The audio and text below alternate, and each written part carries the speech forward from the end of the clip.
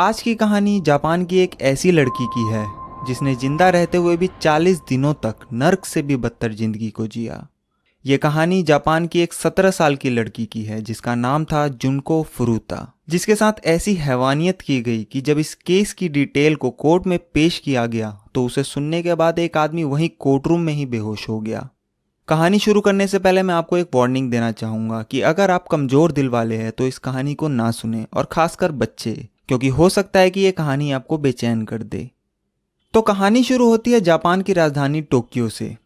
23 जनवरी 1989 को जापान की police Tokyo से कुछ किलोमीटर दूर आयासे नाम की एक जगह से दो लड़कों को एक 19 साल की लड़की के साथ बलात्कार करने के लिए गिरफ्तार करते हैं। उनमें से एक का नाम हिरोशी मियानो और दूसरे का नाम जो ओगुरा था, और ये दोनों आपस में दोस्त थे। इसके बाद पुलिस इनकी कुंडली खंगालती है तो पता चलता है कि ये दोनों जापान के एक खतरनाक क्रिमिनल गैंग याकुजा के जूनियर मेंबर है और इनके ऊपर पहले से ही कई छोटे मोटे क्राइम के आरोप भी है। इसके बाद ये छानबीन ऐसे ही चलती रही और तकरीबन 2 महीने से भी ज़्यादा बीत गए।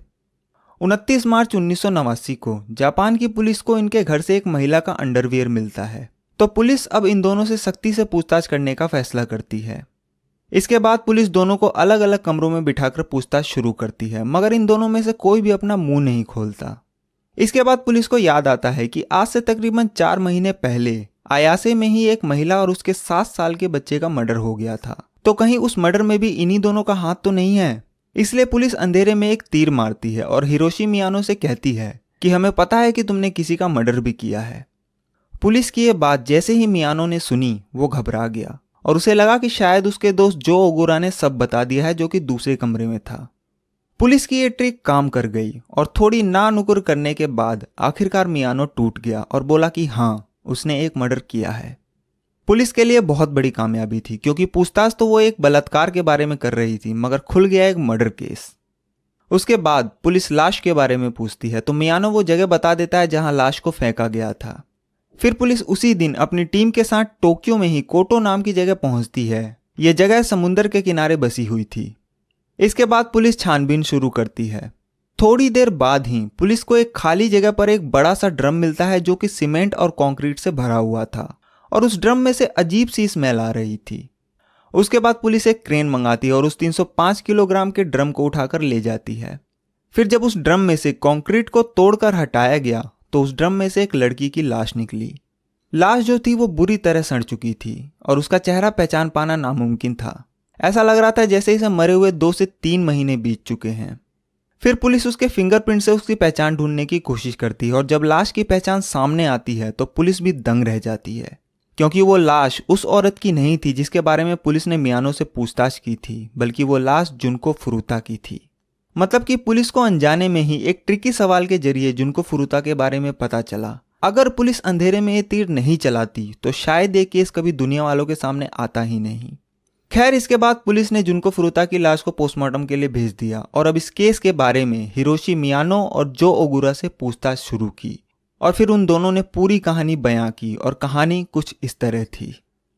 जुनको फुरुता एक 17 साल की खूबसूरत लड़की जिसका जन्म 18 जनवरी 1971 को जापान के एक शहर मिसातो साइतामा में हुआ था। जुनको शुरू से ही पढ़ने लिखने में काफ़ी होशियार थी और वहीं मिसातो में ही याशियो मिनामी हाई स्कूल की स्टूडेंट थी। जुनको फुरुता के अंदर शुरू से ही यह था कि पढ़ लिख कर कुछ करना है, इसलिए वो स्कूल में सिर्फ पढ़ाई लिखाई में ही ध्यान देती और पार्टी करने वाले या फिर नशा करने वाले बच्चों से दूर रहती। अपनी क्लास में वो बहुत ब्राइट स्टूडेंट थी, जिसकी वजह से वो उस स्कूल में काफ़ी पॉपुलर थी। अक्टूबर 1988 से जुनको फुरुता स्कूल के बाद एक प्लास्टिक मोल्डिंग फैक्ट्री में पार्ट टाइम जॉब भी करने लगी थी। इसके अलावा एक इलेक्ट्रॉनिक की दुकान में जुनको ने एक फुल टाइम जॉब भी एक्सेप्ट कर ली थी, जिसे वो अगले साल अप्रैल में अपनी ग्रेजुएशन कंप्लीट करने के बाद करने वाली थी। मगर उसकी यही सब खूबियां उसकी दुश्मन बन गई।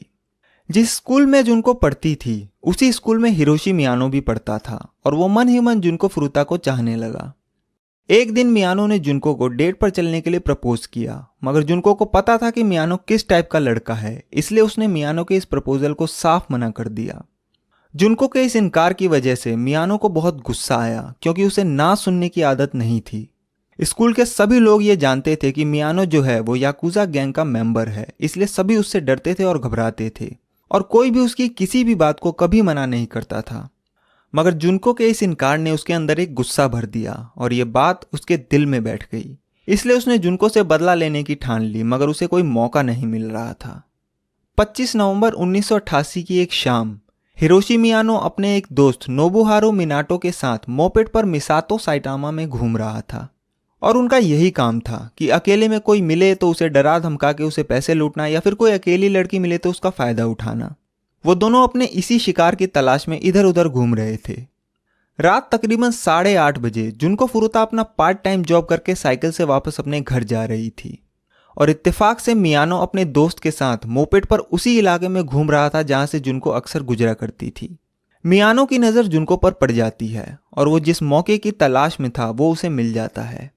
इसके बाद मियानो के कहने पर उसका दोस्त नोबुहारो मिनातो भागकर जुनको के पास जाता है और उसे धक्का देकर साइकिल से गिरा देता है और वहां से भाग जाता है। पीछे से मियानो उसकी मदद करने के बहाने उसके पास पहुंचता है और ऐसे दिखाता है जैसे उसे कुछ पता ही ना हो। फिर वो जुनको से कहता है कि रात का वक्त है और हो सकता है कि वो दोबारा भी तुम पर हमला करने की कोशिश करे, इसलिए चलो मैं तुम्हें तुम्हारे घर तक छोड़ देता हूं। क्योंकि जुनको मियानो को जानती थी और वो दोनों एक ही स्कूल में पढ़ते थे, इसलिए जुनको उस पर भरोसा कर लेती है और उसके साथ चल देती है। थोड़ी दूर जाने के बाद मियानो उसे एक खाली गोदाम में ले जाता है। वहां पहुंचने के बाद वो जुनको को अपनी असलियत बताता है और कहता है कि जिसने तुम्हें साइकिल से धक्का दिया वो मेरा ही दोस्त था और हम दोनों याकुजा गैंग के मेंबर हैं।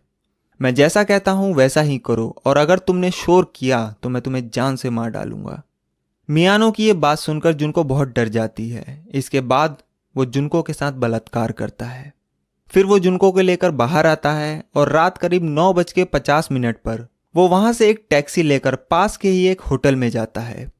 होटल पहुंचने के बाद वो एक बार फिर से जुनको का बलात्कार करता है और जब उसका मन भर जाता है तो वो होटल के कमरे से ही नोबुहारो मिनाटो के घर फोन करता है, जहां उसके 2 और दोस्त जो ओगुरा और यसुशी वटनाबे भी मौजूद थे।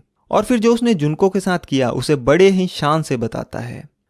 मियानो की ये बात सुनने के बाद उसका एक दोस्त जो ओगुरा उससे कहता है कि अभी उसे छोड़ना मत, हम थोड़ी देर में आते हैं।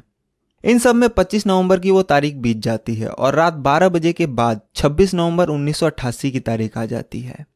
26 नवंबर की सुबह करीब 3 बजे के आसपास मियानो जुनको को लेकर एक पार्क में पहुंचता है, जहां पर पहले से ही उसके तीनों दोस्त जो ओगुरा, नोबुहारो मिनाटो और यसुशी वटनाबे उसका इंतजार कर रहे थे। जब जुनको वहां पहुंची तो उन्होंने उसकी स्कूल की नोटबुक में से उसके घर का एड्रेस निकाल लिया और फिर उसे डराया धमकाया और कहा कि हमें पता है कि तुम्हारा घर कहाँ है। अगर तुमने हमारी बात नहीं मानी और भागने की कोशिश की तो हमारे गैंग के मेंबर तुम्हारी पूरी फैमिली को मार डालेंगे। ये बात सुनकर जुनको उन चारों लड़कों के आगे और बेबस हो गई। इसके बाद वो चारों उसे लेकर अयासे डिस्ट्रिक्ट के एक घर में पहुंचे और वहां ले जाकर उन चारों ने जुनको के साथ गैंग रेप किया। वो घर दरअसल नोबुहारो मिनाटो का ही था, जहां वो अपने माँ बाप के साथ रहता था, मगर उसके माँ बाप काम की वजह से ज्यादातर घर से बाहर ही रहते थे, बस कभी कभार घर आते थे। इधर जुनको के माँ बाप परेशान थे कि अभी तक वो वापस घर क्यों नहीं लौटी। उन्होंने उसे हर जगह ढूंढने की कोशिश की मगर उसका कोई सुराग नहीं मिला और इन्हीं सब में 26 नवंबर की भी तारीख बीत गई मगर जुनको वापस नहीं आई। 27 नवंबर 1988 को जुनको के माँ बाप पुलिस स्टेशन पहुंचे और उसकी मिसिंग रिपोर्ट लिखवाई और फिर पुलिस ने जुनको को ढूंढना शुरू किया। उधर मियानो और उसके दोस्तों को जैसे ही पता चला कि पुलिस वाले जुनको को ढूंढ रहे हैं तो उन्होंने डरा धमकाकर जबरदस्ती जुनको से उसके घर फोन करवाया और बुलवाया कि वो अपने दोस्तों के साथ बाहर आई हुई है और बिल्कुल ठीक है और सुरक्षित है, इसलिए वो पुलिस कंप्लेंट वापस ले ले। जुनको की ये बात सुनकर उसके माँ बाप को भी तसल्ली हुई कि चलो हमारी बेटी ठीक है, इसलिए उन्होंने वो पुलिस कंप्लेंट वापस ले ली। अब मियानो और उसके दोस्तों को खुली छूट मिल गई और मिनाटो का वो घर जिसमें उन्होंने जुनको को रखा था, वो घर अब उनकी अय्याशी का अड्डा बन गया। इस घर में अब मियानो के दोस्तों और याकुजा गैंग के मेंबरों का आना जाना शुरू हो गया। जब तब जो मर्जी आता और जुनको के साथ बलात्कार करता। जब मिनाटो के माँ बाप घर पर होते तो वो जुनको को मिनाटो की गर्लफ्रेंड की तरह पेश आने के लिए फोर्स करते। डरी सहमी जुनको भी वही करती जो उसे करने के लिए कहा जाता। मगर कुछ वक्त के बाद ही मिनाटो के माँ बाप को यह पता चल गया कि यहाँ चल क्या रहा है। बावजूद इसके उन्होंने कुछ नहीं किया क्योंकि उन्हें भी पता था कि मियानो याकुजा गैंग से जुड़ा है और दूसरा कि उनका खुद का बेटा मिनाटो भी इस जुर्म में शामिल था। इसलिए उन्होंने पुलिस के पास जाने की बजाय चुप रहना चुना और फिर धीरे धीरे एक गर्लफ्रेंड बॉयफ्रेंड का नाटक भी खत्म हो गया। अब जैसे जैसे वक्त बीत रहा था वैसे वैसे जुनको के ऊपर जुल्म बढ़ता ही जा रहा था। 7 दिन बीत गए और शुरुआत के 7 दिनों में ही जुनको के साथ 100 से भी ज्यादा बार बलात्कार हो चुका था। ना तो वो लोग उसे ढंग का खाना देते थे और ना ही पानी। उसे पूरे दिन नंगा रखा जाता और याकुजा गैंग के जितने भी मेंबर आते उसे उनके सामने ऐसे ही लाया जाता, फिर नचवाया जाता और फिर गैंग रेप किया जाता। उसे बुरी तरह पीटा जाता, जबरदस्ती बहुत सारी दारू पिलाई जाती, एक साथ 2-2, 3-3 सिगरेट पिलाई जाती। दिसंबर की जमा देने वाली ठंड में भी उसे बिना कपड़ों के ही बालकनी में सुलाया जाता। मगर इन सब अत्याचारों को करने के बावजूद भी उन्होंने जुनको को नहीं छोड़ा। इसी बीच 9वें दिन एक बार जुनको किसी तरह फोन के पास पहुंच जाती है और पुलिस को कॉल लगा देती है। कॉल लग भी जाती है मगर इससे पहले कि वो कुछ बोलती मियानो वहां पहुंच जाता है और कॉल को काट देता है। इसके बाद पुलिस का कॉल बैक भी आता है तो मियानो फोन उठाकर बोलता है कि वो कॉल गलती से लग गया था और फिर फोन को रख देता है। जुनको के ऐसे फोन करने से मियानो को बहुत गुस्सा आता है और वो उसे बुरी तरह पीटता है मगर उसका मन नहीं भरता। तो वो सिगरेट जलाने वाले लाइटर का तेल उसके पैरों पर डालता है और थोड़ा थोड़ा करके उसके पैरों को जला देता है ताकि वो वहीं रहे और वहां से भागने की कोशिश ना करे। इसके बाद आता है 16वां दिन। 16वें दिन मिनाटो के घर पर 2 लड़के आते हैं, वो भी जुनको का रेप करते हैं। मगर उनमें से एक लड़का वहां से जाने के बाद ये बात अपने भाई को बता देता है और उसका भाई ये बात अपने माँ बाप को बता देता है। जब उसके माँ बाप ये बात सुनते हैं तो वो इसकी कंप्लेंट पुलिस में कर देते हैं। उनकी इस कंप्लेंट पर 2 पुलिस वाले मिनाटो के घर के दरवाजे तक पहुंच जाते हैं, पर इत्तेफाक से उस दिन मिनाटो के माँ बाप वहीं मौजूद थे और जब पुलिस इस बारे में पूछताछ करती है तो वो साफ मना कर देते हैं और कहते हैं कि यहाँ ऐसी कोई लड़की नहीं है। उनकी ये बात सुनकर पुलिस वालों को भी तसल्ली हो जाती है और वो वहां से चले जाते हैं। अगर उस दिन पुलिस वालों ने मिनाटो के माँ बाप की नहीं सुनी होती और घर की तलाशी ले ली होती तो शायद उस दिन जुनको फुरुता के ऊपर हो रहे जुल्मों का अंत हो जाता, मगर अफसोस कि ऐसा हुआ नहीं। ये सारी चीजें होती रही, दिन बीतता रहा मगर जुनको के ऊपर हो रहे जुल्म कम नहीं हुए। एक एक दिन में उसके साथ कई कई बार बलात्कार किया जाता। कभी कभी तो उसके साथ एक दिन में ही 12 अलग अलग लोग बलात्कार करते। पूरे दिन उसे पीटा जाता। वो जुनको के दोनों हाथ बांधकर ऊपर छत से बांध देते और उसके शरीर पर पंचिंग बैग की तरह घूंसे बरसाते और तब तक मारते जब तक कि उसके मुंह से खून नहीं आ जाता, जिसकी वजह से जुनको के नाक में इतना खून जम गया था कि वो नाक से सांस तक नहीं ले पा रही थी और मुंह से सांस लेती थी। वो चारों सिगरेट पीने के बाद जुनको के शरीर और उसके प्राइवेट पार्ट से रगड़कर अपनी सिगरेट बुझाते। वो मोमबत्ती जलाकर उसकी गर्म मोम जुनको के पूरे शरीर पर गिराते और तब तक गिराते जब तक मोमबत्ती की आखिरी बूंद उसके शरीर पर नहीं गिर जाती। उन्होंने लाइटर से जुनको की आंखों की पलकों तक को जला दिया था। उसे जबरदस्ती कॉकरोच खिलाया जाता, उसे उसी का खुद का पेशाब पीने के लिए मजबूर किया जाता। इसके अलावा उन्होंने जुनको के लेफ्ट ब्रेस्ट के कुछ पार्ट को भी काट दिया था। उसके पूरे बदन पर सुई चुभाई जाती मगर इसके बाद भी उनका वहशीपन कम नहीं हुआ और वो जुनको के प्राइवेट पार्ट में कभी लोहे की रॉड घुसाते, कभी बोतल घुसाते तो कभी कैंची। एक बार तो उन्होंने उसके प्राइवेट पार्ट में जलता हुआ गर्म बल्ब तक घुसा दिया। मतलब कोई इंसान ऐसी हवानियत कैसे कर सकता है? ऐसा सोचकर ही पूरे शरीर में सिहरन पैदा हो जाती है। पता नहीं जुनको ने यह सब कैसे सहा होगा। मुझे तो लगता है कि वो इंसान कहलाने लायक ही नहीं थे। शायद ही जुनको के जिस्म का कोई ऐसा हिस्सा होगा जो जख्मी ना हुआ हो। 30वां दिन आते आते जुनको की हालत ऐसी हो गई थी कि उसे बाथरूम जाने के लिए भी जमीन पर रेंग कर जाना पड़ता था, जिसमें कभी कभी तो 1-1 घंटा लग जाता था। अब तक करीब 100 लोग अलग अलग वक्त में 400 से भी ज्यादा बार उसका बलात्कार कर चुके थे। लगातार टॉर्चर की वजह से जुनको के ब्लैडर ने भी कंट्रोल खो दिया था, इसलिए कई बार उसके बाथरूम में पहुंचने से पहले ही उसका पेशाब निकल जाता। उसके शरीर ने खाना पचाना तक बंद कर दिया था। अगर वो पानी भी पीती तो उल्टी कर देती और इसके लिए भी उसे पीटा जाता कि उसने उल्टी क्यों की। कई बार जुनको ने उनसे अपनी मौत की भीख तक मांगी मगर उन दरिंदों ने उसे मौत भी नहीं दी। वक्त बीतने के साथ साथ जुनको के शरीर पर जो जख्म थे उनमें पस बनने लगा और उसके शरीर से बदबू आने लगी, जिसकी वजह से उन चारों का इंटरेस्ट उससे हटने लगा। मगर उन्हें अपनी हवस मिटाने के लिए कोई ना कोई तो चाहिए था। तो वो चारों 27 दिसंबर 1988 की रात जुनको को मिनाटो के घर में ही छोड़कर बाहर निकलते हैं और रात करीब 2:30 बजे के आसपास एक 19 साल की लड़की का किडनैप कर उसे चाकू से डरा धमकाकर होटल ले जाते हैं। फिर उसके साथ भी गैंग रेप करते हैं और जब उनका मन भर जाता है तो वो उसे छोड़ देते हैं। और ये वही लड़की थी जिसका रेप करने के इल्जाम में बाद में मियानो और उसके एक दोस्त को पकड़ा गया था, जिसके बारे में मैंने आपको शुरू में बताया था। खैर, इसके बाद 1988 का वो साल बीत जाता है और 1989 का नया साल आ जाता है। मियानो और उसके दोस्त नया साल मना रहे थे और इधर जुनको अपनी मौत का इंतजार कर रही थी। 4 जनवरी 1989 को मियानो महाजोंग सॉलिटेयर के एक गेम में बहुत सारे पैसे हार जाता है, जिसकी वजह से वो बहुत गुस्से में था। उसके बाद वो मिनाटो के घर पहुंचता है और अपनी इस हार का गुस्सा वो जुनको पर उतारने लगता है और उसे बुरी तरह पीटने लगता है। उसके बाद वो सभी मिलकर एक बार फिर से जुनको के ऊपर लात और घूंसे बरसा रहे थे। जुनको का पूरा चेहरा सूजा पड़ा था, फिर भी वो दरिंदे उसके चेहरे पर मोमबत्ती की गर्म मोम गिरा रहे थे। उसके बाद जुनको को सीधा जमीन पर लिटा दिया गया और जो लोहे का डंबल होता है उसे ऊपर से सीधा कभी उसके पेट पर, कभी पैर पर, तो कभी हाथों पर गिराने लगे। इसके बाद मियानो थोड़ा थोड़ा करके उसके पूरे शरीर पर लाइटर का तेल डालकर उसे किश्तों में जला रहा था। उस रात तकरीबन 2 घंटों तक उन चारों ने जुनको के साथ ये दरिंदगी की। शुरुआत में तो जुनको ने इन हमलों से अपने आप को बचाने की कोशिश की, मगर थोड़ी देर बाद ही उसने भी रिस्पॉन्स देना बंद कर दिया। एक तरह से वो एक जिंदा लाश बन चुकी थी। ये सब करने के बाद वो चारों जुनको को वहीं छोड़कर चले गए, मगर उस रात मियानो ने जो लाइटर का तेल होता है वो कुछ ज़्यादा ही डाल दिया था और लगातार 2 घंटे तक चले इस टॉर्चर को जुनको झेल नहीं पाई।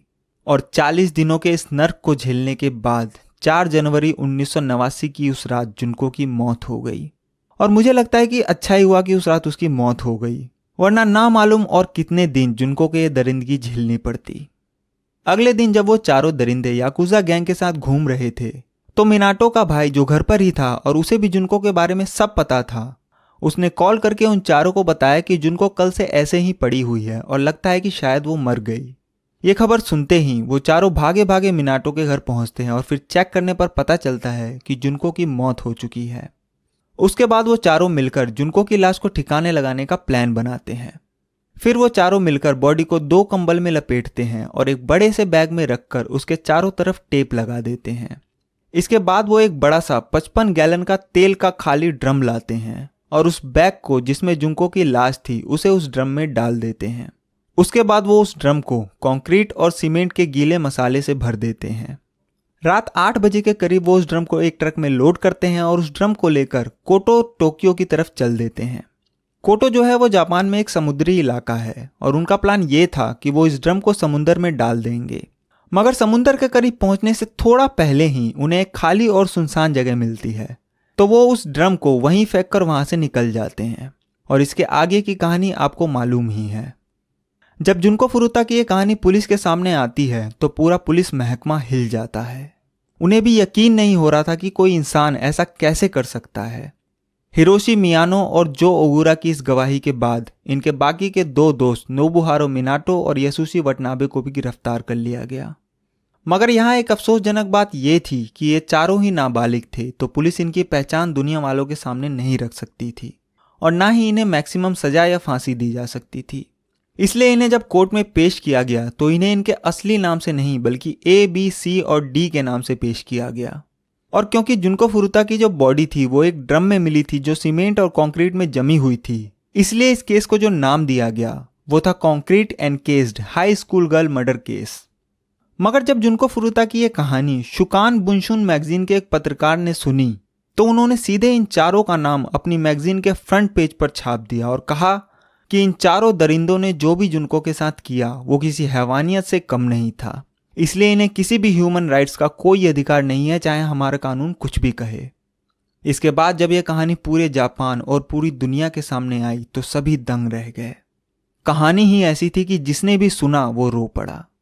जुनको फुरुता के ऊपर हुए इस जुल्म की कहानी जब जुनको की मां ने सुनी तो उनकी भी दिमागी हालत बिगड़ गई और उन्हें साइकेट्रिस्ट का सहारा लेना पड़ा। जुनको की बॉडी मिलने के 3 दिन बाद 2 अप्रैल 1989 को उसकी अंतिम यात्रा निकाली गई। जुनको जिस स्कूल में पढ़ती थी उस स्कूल के प्रिंसिपल ने उस दिन जुनको के ग्रेजुएशन ना कंप्लीट करने के बावजूद भी उसके माँ बाप को जुनको की ग्रेजुएशन सर्टिफिकेट दी और उसे ग्रेजुएशन से नवाजा। जिस इलेक्ट्रॉनिक शॉप में जुनको ग्रेजुएशन के बाद काम करने वाली थी उस शॉप के ऑनर ने जुनको को वो यूनिफॉर्म भेंट की जिसे पहनकर जुनको उस शॉप पर काम करती। उस यूनिफॉर्म को बाद में जुनको के ताबूत में ही रख दिया गया। अगर जुनको के साथ ये सब नहीं हुआ होता तो शायद अगला दिन यानी 3 अप्रैल 1989 उसकी जॉब का पहला दिन होता। मगर अफसोस कि उन दरिंदों की वजह से ऐसा हो न सका। जुलाई 1990 में टोक्यो की लोअर कोर्ट ने हिरोशी मियानो, जो कि इस क्राइम का लीडर था, उसे 17 साल की सजा सुनाई और बाकी तीनों, जो ओगुरा, नोबुहारू मिनाटो और यशुशी वटनाबे को 6-6 साल की सजा सुनाई। उसके बाद इन्होंने इस फैसले को टोक्यो की हाई कोर्ट में चैलेंज किया, पर टोक्यो हाई कोर्ट के जज ryuji यानासे ने हिरोशी मियानो की सजा को 3 साल बढ़ाकर 20 साल कर दिया और बाकी तीनों की भी सजा को 6 साल से बढ़ाकर 9 साल कर दिया। उन्होंने अपने फैसले में यह भी कहा कि इस पूरी दुनिया में ऐसा कोई भी शब्द नहीं है जो जुनको फुरुता के इस दर्द को बयां कर सके। बाद में उन 2 पुलिस वालों को भी उनकी लापरवाही के लिए सस्पेंड कर दिया गया, जो मिनाटो के घर तक पहुंचकर भी वापस आ गए थे और घर की तलाशी नहीं ली थी। मगर वाकई में जिस दरिंदगी के साथ एक 17 साल की लड़की को नोचा और खसोटा गया, मतलब पूरी इंसानियत शर्मसार हो गई। न मालूम जुनको फुरुता ने वो नर्क से भी बदतर 40 दिन उन दरिंदों के बीच कैसे बिताए होंगे। बाद में जुनको के ऊपर कई किताबें लिखी गई, उसके ऊपर गाने और फिल्में भी बनाई गई। कोटो जापान में जिस जगह पर जुनको की बॉडी मिली थी वहां पर एक मेमोरियल बनाया गया और उस पूरी जगह को एक वाकासु नाम के पार्क में तब्दील कर दिया गया। आप आज भी अगर जापान जाएं तो उस पार्क को देख सकते हैं।